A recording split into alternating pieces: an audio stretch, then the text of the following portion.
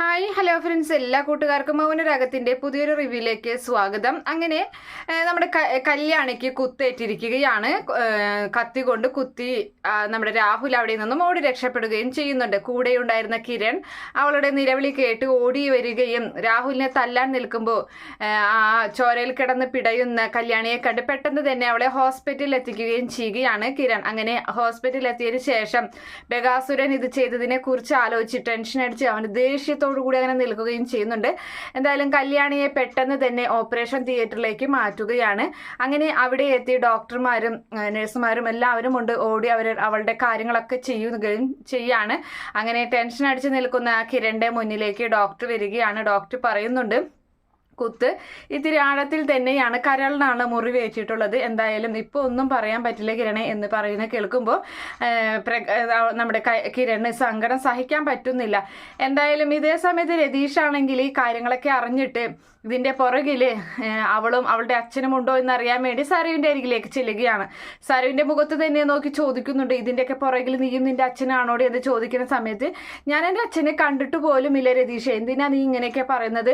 ഞാനും അച്ഛനും കാണുന്നതിന് എന്തെങ്കിലും തെളിവുണ്ടോ? നീ തെളിവ് നിരത്തിയിട്ട് കാര്യങ്ങളൊക്കെ പറയും എന്നൊക്കെ ഇങ്ങനെ നമ്മുടെ സരു ദേഷ്യപ്പെട്ട് രതീഷിനോട് സംസാരിക്കുകയാണ്. അങ്ങനെ രതീഷും അതെ, കല്യാണി പാവം പിടിച്ചൊരു പെണ്ണാണ്, അവള് ആരെന്ത് പറഞ്ഞു കഴിഞ്ഞാലും വിശ്വസിച്ച് പോകും. അതുപോലെ തന്നെയാണ് കിരൺ സാറും. അവരൊക്കെ സ്നേഹിച്ചു കഴിഞ്ഞാൽ കൂടുതൽ സ്നേഹം കൊണ്ട് തിരിച്ചു തരികയുള്ളൂ. പക്ഷേ അത് വിചാരിച്ച് അവരാരും വഞ്ചിക്കാൻ ശ്രമിക്കേണ്ട, അത് ആപത്താണ്. എന്നെ പോലും മാറ്റിയെടുത്തത് കല്യാണിയാണ് എന്നൊക്കെ ഇങ്ങനെ പറയുന്നുണ്ട്.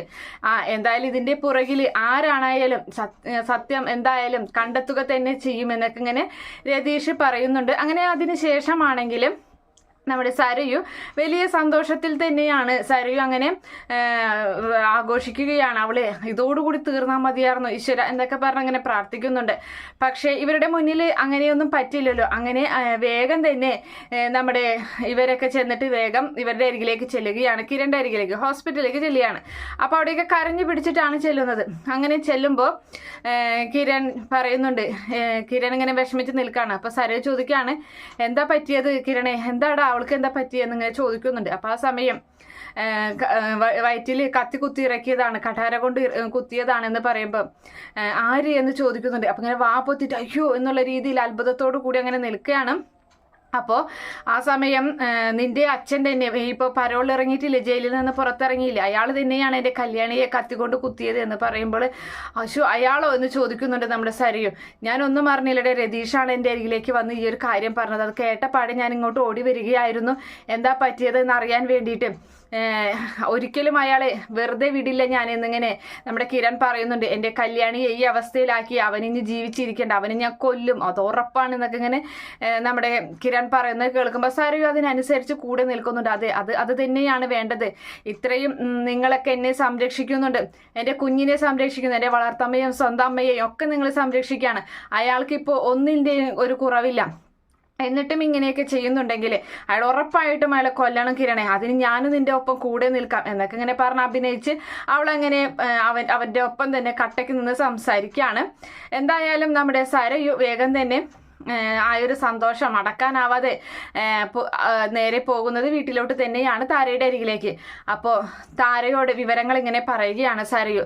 നിങ്ങളുടെ മറ്റേ പുത്രി ഉണ്ടല്ലോ കല്യാണി, അവളിപ്പോൾ ആശുപത്രിയിലാണ് എന്ന് പറയുന്നുണ്ട്. അപ്പൊ എന്താ പറ്റിയത് എന്ന് ചോദിക്കുകയാണ്. അവളെ കുത്തിയതാണ് കത്തി കൊണ്ട്. ആരാണെന്ന് വെച്ചാൽ എൻ്റെ അച്ഛൻ തന്നെ, അയാളിപ്പോൾ പുറത്തിറങ്ങിയിട്ടുണ്ടല്ലോ, അയാൾ തന്നെയാണ് ഈ ഒരു കാര്യം ചെയ്തത് എന്നിങ്ങനെ താരയോട് പറയുകയാണ്. അപ്പൊ താര ചോദിക്കുന്നുണ്ട്, എന്നിട്ട് ഇപ്പൊ എങ്ങനെയുണ്ട് എന്ന് പറയുമ്പോൾ ഒന്നും പറയാറായിട്ടില്ല, കരളിന് ഇപ്പൊ മുറിവേറ്റിട്ടുണ്ട്, ഡോക്ടർമാർ ഇപ്പൊ ഒന്നും തൽക്കാലം പറയുന്നില്ല എന്ന് പറഞ്ഞ് കേൾക്കുമ്പോൾ താരയ്ക്ക് സഹിക്കാൻ പറ്റുന്നില്ല. അപ്പോ കല്യാണി പറയാണ്, എന്തായാലും നല്ലൊരു വാർത്ത തന്നെയാണ് കേട്ടത്, അതുകൊണ്ട് തന്നെ പോരുന്ന വഴിക്ക് ഞാൻ അമ്പലത്തിന്റെ ഉമ്മർത്ത് നിന്നിട്ട് ഞാൻ നന്നായി തൊഴുതിട്ടുണ്ട്, അവള് മരിക്കണേ എന്നിങ്ങനെ പറഞ്ഞ് കേൾക്കുമ്പോൾ സരി ഇങ്ങനെ പറയുമ്പോൾ നമ്മുടെ താരയ്ക്ക് വിഷമമാകാണ്. അപ്പൊ താര ചോദിക്കുന്നുണ്ട്, മോളും ഇതിന്റെ പുറകിലുണ്ടോ എന്നിങ്ങനെ ചോദിക്കുകയാണ്. അച്ഛന്റെ കൂടെ മോളും ചേർന്നിരുന്നോ എന്നിങ്ങനെ ചോദിക്കുകയാണ്. അപ്പോൾ ഒരിക്കലുമില്ല, ഞാൻ അങ്ങനെയൊന്നും ചിന്തിച്ചിട്ടേ ഇല്ല. എന്തായാലും അയാൾ അത് ചെയ്തത് എനിക്ക് ഏറ്റവും വലിയ ഉപകാരമായിട്ടാണ് എനിക്കിപ്പോൾ തോന്നുന്നത്. അയാളെ ഞാൻ കണ്ടിട്ടുമില്ല, ഞാൻ സംസാരിക്കുക അല്ല ഒന്നും ചെയ്തിട്ടില്ല. പിന്നെ എങ്ങനെ ഞങ്ങൾ തമ്മിൽ ഇതുണ്ടാവുക? എന്തായാലും ഇവൾ മരിച്ചു കഴിഞ്ഞാലല്ലേ എനിക്ക് കിരണിനെ കിട്ടുകയുള്ളൂ, കിരണിന്റെ ഭാര്യയാവാൻ എനിക്ക് പറ്റുകയുള്ളൂ. അപ്പം അതുകൊണ്ട് തന്നെ അവൾ മരിക്കുന്നത് തന്നെയാണ് എൻ്റെ ആഗ്രഹത്തിന് നല്ലത് എന്നൊക്കെ ഇങ്ങനെ സരയെ പറയുമ്പോഴും അതൊട്ട് ഉൾക്കൊള്ളാനാവാതെ നമ്മുടെ താര നിൽക്കുന്നുണ്ട്. എന്തായാലും താര അധിക നാളും പെട്ടെന്ന് തന്നെ ഇതിൻ്റെ പുറകിലുള്ള സത്യം മനസ്സിലാക്കുകയാണ്. അതായത് അവളുടെ ഫോണിൽ നിന്ന് നമ്മൾ അച്ഛനെ വിളിക്കുന്നൊക്കെ ഉണ്ട്. അപ്പോൾ അങ്ങനെ ആ സമയത്ത് അവള് അച്ഛനെ പിന്നീട് കാണുന്നൊക്കെ ഉണ്ട്. അപ്പോൾ കാര്യങ്ങളൊക്കെ എന്തായി എന്ന് ചോദിക്കുന്നുണ്ട്. അച്ഛൻ എന്തായാലും സൂക്ഷിക്കണം, ആ കിരണിന്റെ കയ്യിൽ കിട്ടിക്കഴിഞ്ഞാൽ അച്ഛനെ ഇല്ലാതാക്കുമെന്നാണ് അവർ പറഞ്ഞു നടക്കുന്നത്.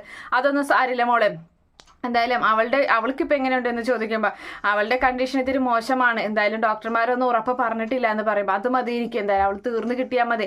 എൻ്റെ മോൾക്ക് വേണ്ടി ഇത്രയെങ്കിലും എനിക്ക് ചെയ്യാൻ സാധിച്ചാൽ അത് ഏറ്റവും വലിയൊരു സന്തോഷം. പിന്നെ എൻ്റെ ജീവിതത്തിനെ കുറിച്ച് ആലോചിച്ച് മോള് വിഷമിക്കേണ്ട, അത് ഞാൻ മരിക്കാൻ പോലും തയ്യാറാണ്. ഞാൻ പറഞ്ഞില്ലേ, ഞാൻ ആത്മാവായിട്ട് ആണെങ്കിൽ പോലും മോളുടെ ജീവിതത്തിൽ നടക്കുന്ന സന്തോഷ നിമിഷങ്ങൾ ആഘോഷിക്കാനാണ്, അത് കാണാനാണ് എനിക്കിഷ്ടം എന്നൊക്കെ രാഹുൽ പറയുന്നുണ്ട്. എന്തായാലും ഇവരുടെ ആ ഒരു കൂടിക്കാഴ്ചയും ഇവരുടെ കള്ളക്കളികളും ഒക്കെ ആദ്യം തിരിച്ചറിയുന്നത് താര തന്നെയാണ്. താരയാണ് മനസ്സിലാക്കുന്നത് ഇങ്ങനെ രാഹുലിന്റെ പുറകിലും സരയുമുണ്ട്, രാഹുലും ചേർന്നിട്ടാണ് നമ്മുടെ കല്യാണിയെ കുത്തിയതെന്ന കാര്യം മനസ്സിലാക്കാണ്. അപ്പൊ എന്തായാലും ഇവരെ വെറുതെ വിടരുത് എന്ന് തന്നെയാണ് നമ്മുടെ താര തീരുമാനിക്കുന്നത്.